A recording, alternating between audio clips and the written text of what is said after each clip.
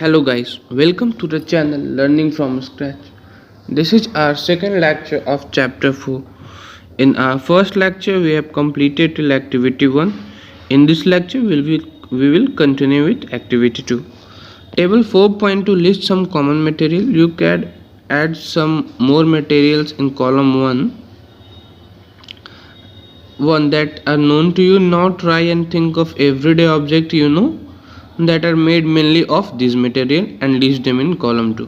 तो बेसिकली इसमें क्या है, दो कॉलम बनाए हुए हैं और दो कॉलम बनाने में फर्स्ट कॉलम में कुछ मटेरियल्स का नाम लिखे हुए जैसे वुड हो गया, और सेकंड कॉलम में क्या करना है, उसके कौन कौन से ऑब्जेक्ट उसके बने हुए हैं वो लिखना। तो जैसे वुड लिखा तो चेयर, टेबल, व्हील्स, ये सब क्या। पेपर में बुक, नोटबुक, न्यूज़पेपर। लेदर का क्या होगा, लेदर का होगा बेल्ट, शूज। प्लास्टिक्स का चेयर, कॉम, बहुत सारे। कॉटन के clothes, hanky. What do you find from this table? First, we group object in different ways. We then found that objects around us are made of different material. At times, an object is made up of a single material. An object could also be made of many material.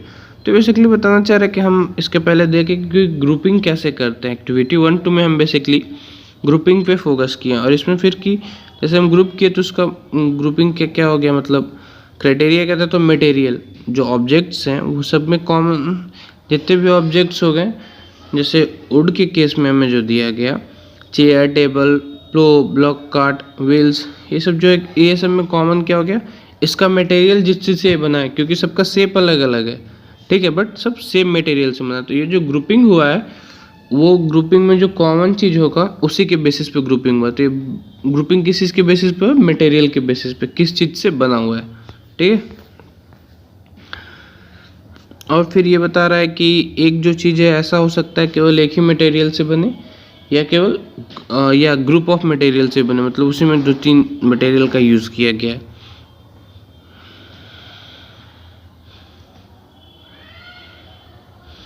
तो basically यही है कि ये बोल रहा है कि ऐसा भी होता है कि एक ही मटेरियल अलग अलग ऑब्जेक्ट्स को बनाने के लिए होते हैं। तो ये पूछ रहा है कि ऐसा क्या क्राइटेरिया है जिससे हमें ये पता चलेगा कि कौन से मटेरियल का यूज़ करना चाहिए कौन से प्रोडक्ट या कौन से ऑब्जेक्ट बनाने के लिए।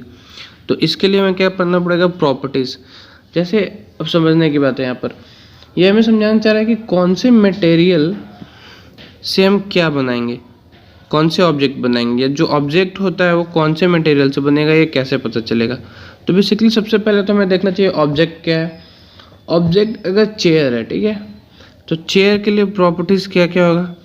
चेयर को हम अगर फिक्स एक ही जगह रख के छोड़ देना, जैसे बेसिकली जो डाइनिंग टेबल पे चेयर होते हैं वो ज़्यादा इधर उधर जाते नहीं, तो वो थोड़ा हैवी भी चल सकते हैं। बट जो डे टू डे लाइफ के यूज के लिए चेयर है उसके लिए क्या क्या प्रॉपर्टीज़ होनी चाहिए हमारे पास, कि एक तो वो स्ट्रेंथ उसका ज़्यादा हो, क्योंकि वो मतलब भारी से भारी आदमी को भी अपने टूटे ना जब भारी से भारी आदमी उस पर बैठे, ठीक है। प्लस वो हल्का होना चाहिए। तो फिर जैसे ये सब जो क्राइटेरिया है जिस ऑब्जेक्ट के लिए हमें चाहिए, वो जो उसके ऑब्जेक्ट के क्राइटेरिया पहले हम उसको लिखेंगे कि उसमें हमें क्या क्या चाहिए, उसके बाद देखेंगे ये प्रॉपर्टीज़ कौन से मटेरियल्स में आती है।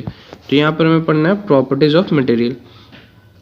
Have you ever wondered why a tumbler is not made with a piece of cloth? Recall our experiment with piece of cloth in chapter 3 and also keep in mind that we generally use a tumbler to keep a liquid.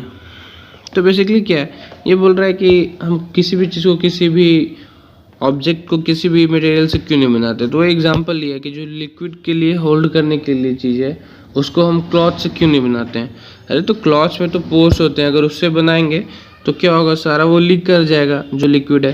तो ये जो हमारा properties हमको object के लिए चाहिए था क्योंकि उसमें होल्ड करना है ना लिक्विड को, तो वो प्रॉपर्टीज़ तो हमारा क्लॉथ जो मटेरियल उसमें तो है ही नहीं, वो वाटर को होल्ड ही नहीं कर पाएगा। तो ये हमारे लिए फ़ायदेमंद नहीं है, मतलब ये सही चीज़ नहीं है, सही मटेरियल नहीं है हमारे जो यूज़ के लिए हमें चाहिए। Therefore would it be silly if we were to make a tumbler out of cloth. What we need for a tumbler is glass, plastic, metal or other such material that will hold water. तो वही basically हमें tumbler मतलब liquid को hold करवाना है, तो उसके लिए उसका क्या सबसे मेन प्रॉपर्टी क्या होना चाहिए कि वो तो पहले बात पानी मतलब या जो भी लिक्विड मटेरियल है वो उससे बाहर ना निकले, क्योंकि उसमें हमें होल्ड करना है ना, तो वो किस किस चीज़ में होगा, तो उसके बारे में कि प्लास्टिक, ग्लास, ये सब का। Similarly it would not be wise to use paper like material for cooking vessels. इसमें बताना चाह रहा है कि जो हम कुक करते हैं, खाना बनाते हैं, तो उसमें हमें पेपर लाइक स्ट्रक्चर का यूज़ हम क्यों नहीं करते, जैसे पेपर से ही बना के, अगर पेपर से बना के देंगे तो खाना क्या, वो तो पेपर ही जल जाएगा, ठीक है, और जब पेपर जल जाएगा तो खाना कहाँ से बनेगा। तो उसके लिए हमें वैसा प्रॉपर्टीज़ चाहिए जो कि हीट को अपने अंदर होल्ड कर सके और अपना हीट को ट्रांसफ़र भी करे, क्योंकि खाने में जाए और खाना पके। We see then that we choose a material to make an object depending upon its property। ये चीज़ मैंने ऊपर बताया कि हम जब भी एक मटेरियल को चूज़ करते हैं किसी एक ऑब्जेक्ट बनाने के लिए, तो उसके प्रॉपर्टीज़ पे डिपेंड करता है।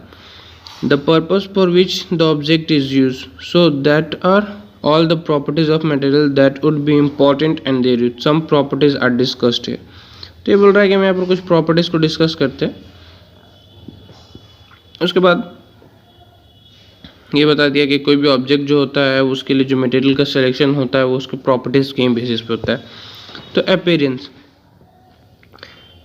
Material usually look different from each other. Wood looks very different from iron. Iron appear different from copper or aluminum. At the same time, there may be some similarities between iron, copper and aluminum that are not there in wood। तो basically ये क्या है, ये बोल रहा है हमें कि ये जो अपीयरेंस है ये एक प्रॉपर्टीज़ है मटेरियल का। तो अपीयरेंस में क्या है कि जो अलग अलग मटेरियल है वो डिफरेंट दिखते हैं। जैसे जो वुड लकड़ी हो गया वो डिफरेंट है आयरन को देखने से, फिर एल्युमिनियम को देखने से और कॉपर को देखने से, ये सब देखने से डिफरेंट लगते हैं। पर अगर हम सिमिलरिटीज़ फाइंड आउट करना चाहेंगे तो एल्युमिनियम, कॉपर और आयरन में सिमिलरिटीज़ आ जाएगा, और जो कि उसको वुड से डिफरेंट करता है। तो फिर हम क्या करेंगे, यहाँ पर ग्रुपिंग कर देंगे आयरन, कॉपर, एल्युमिनियम का। तो उसका बेसिक क्राइटेरिया क्या होगा कि ये सारे मेटल हैं, ठीक है, और वुड मेटल नहीं है, ठीक है, वुड मेटल नहीं है। तो इसको हम फिर फर्दर जो डिवाइड किए तो उसके लिए बेसिक क्राइटेरिया क्या हो गया, मेटल एंड नॉन मेटल, ठीक है। Activity 3, collect small pieces of different material, paper, cardboard, would, copper wire, aluminium sheet, chalk. Do any of this appear shiny, separate the shiny material into group. तो इसमें बोल रहा है कि अब कुछ कुछ चीज़ को कलेक्ट करो, paper, cardboard, would, copper wire, aluminium sheet, chalk. तो ये सब चीज़ को आप सेपरेट करो एंड देखो इसमें से कौन कौन से शाइनी है। तो बेसिकली जो एल्युमिनियम शीट है वो शाइनी होगा, कॉपर वायर भी शाइनी होगा, और तो कोई है नहीं जो शाइनी होगा। तो उसको अलग करने के लिए तो जो ग्रुपिंग हम कर रहे हैं इसका बेसिक क्राइटेरिया क्या है कि वो शाइनी है या नहीं है।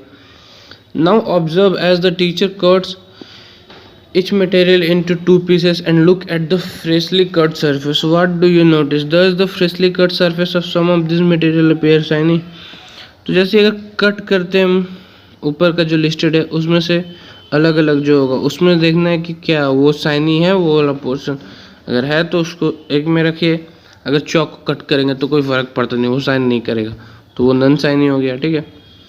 Do you notice such A shine और lustre in other material? Cut them anyways as you can. Repeat this in the class with as many as material as possible and make a list of those with and without luster। तो इसमें बोल रहा है कि अब इसी के लिए लस्टर का प्रॉपर्टी यूज़ कर रहा है कि कौन लस्टर है कौन लस्टर नहीं। जैसे शाइनी क्या हो गया, शाइनी एक प्रॉपर्टी हो गया, शाइनी एक प्रॉपर्टी हो गया, लस्टर क्या है, दूसरा प्रॉपर्टी है। Instead of cutting, you can rub the surface of material with sandpaper to see if it has luster।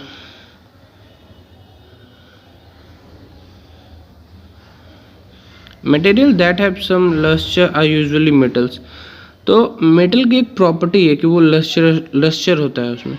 तो जितने भी मेटल्स होंगे उसमें लस्टर हमें पाया जाएगा, ठीक है। जैसे आयरन, कॉपर, एल्युमिनियम, गोल्ड, ये सब मेटल के एग्जाम्पल है। और मेटल का प्रॉपर्टीज़ क्या है, लस्टर। तो मेटल के जो एग्जाम्पल्स हैं उसमें मेटल्स के सारे प्रॉपर्टीज़ होंगे, ठीक है। ज़्यादा क्वांटिटी में होगा, किसी में कम क्वांटिटी में होगा, पर सारे में उसके प्रॉपर्टीज़ होंगे। Some metal often lose their shine and appear डल।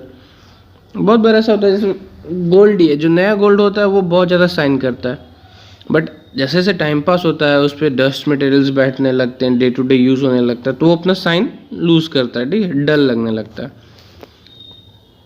इसका रीज़न क्या है?